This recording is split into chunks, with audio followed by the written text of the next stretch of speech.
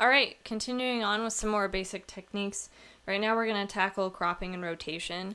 You guys are probably pretty familiar with simple programs, but we can start getting more complex about what we do for these. First of all, the crop button is over here. You can hover over it, but you can also just hit C. I have to actually be in the program to make that work. Now I can hit C. You can manipulate this in more basic ways that you're probably used to with even in programs like Instagram, just dragging corners, things like that. But what you can also do is start to manipulate things up here. And I do recommend playing around with this, particularly if you want to get to like a standard width W by H, width by height by resolution. You can play around with that.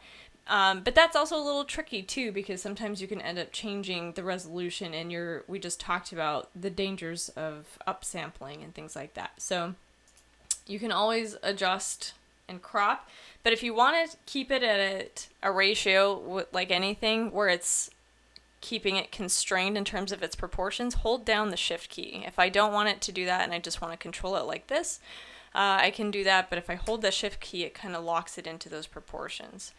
I can also drag my image around in the crop area that I have as well.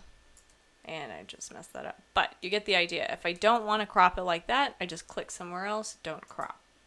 I'm not necessarily going to crop this image right now, but I do know that my image is crooked, and I might want to rotate it. This is where guides can come in super handy. If I wanted to go along the edge of this, I would just start kind of rotating. I made a guide here that I want it to be parallel to the top of my paper, so I can put my cursor in that ruler up there and I can drag it down and I can have a guide pop up and I can see that my image is a little bit crooked from there. If you recall, I mentioned hitting Command A and I can select my entire document, and then I can hit Command T, which is to transform, which I would also find by going up to Image and then going to Edit and then Transform, my bad. And here I can do a bunch of things. I can transform the scale, I can rotate it, I can skew it, distort it, I can play with a lot of things. One thing that I want to do right now is I want to rotate. But I can also just do a quick shortcut by hitting Command T and it'll give me that option. And I can do that by rotating here. You can see there's red behind it because I have down here my background is red. That's something that I would recommend changing, or at least being aware of as you're doing it.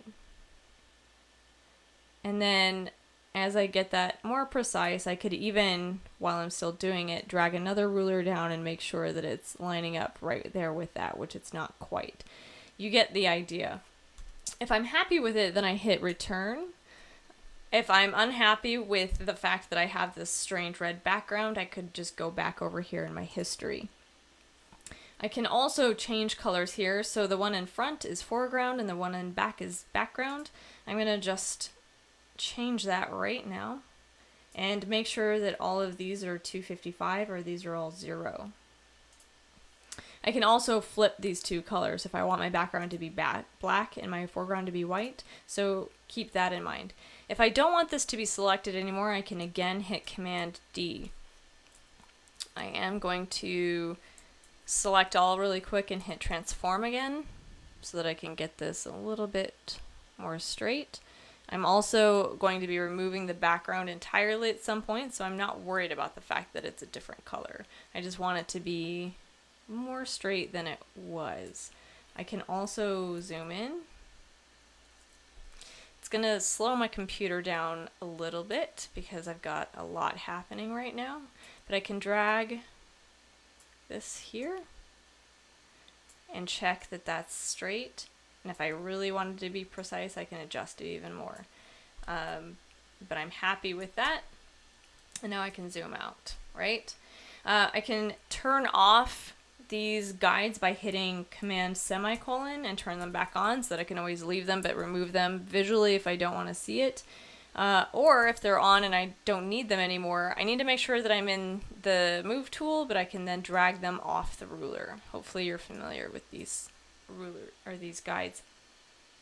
The next thing that you're going to want to be aware of is, particularly for this class, if you're remembering that things get reversed with printmaking, you will also want to be aware that you can rotate your image with arbitrary amounts, which is a lot more difficult to control.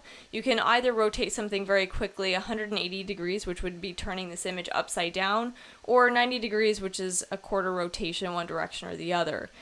More importantly, for our case here, if we were printing something out as a reference image, I would flip my canvas horizontal, remembering that once I produce my image in whatever matrix, whether it's a copper plate or a relief block, it's going to then print out backward.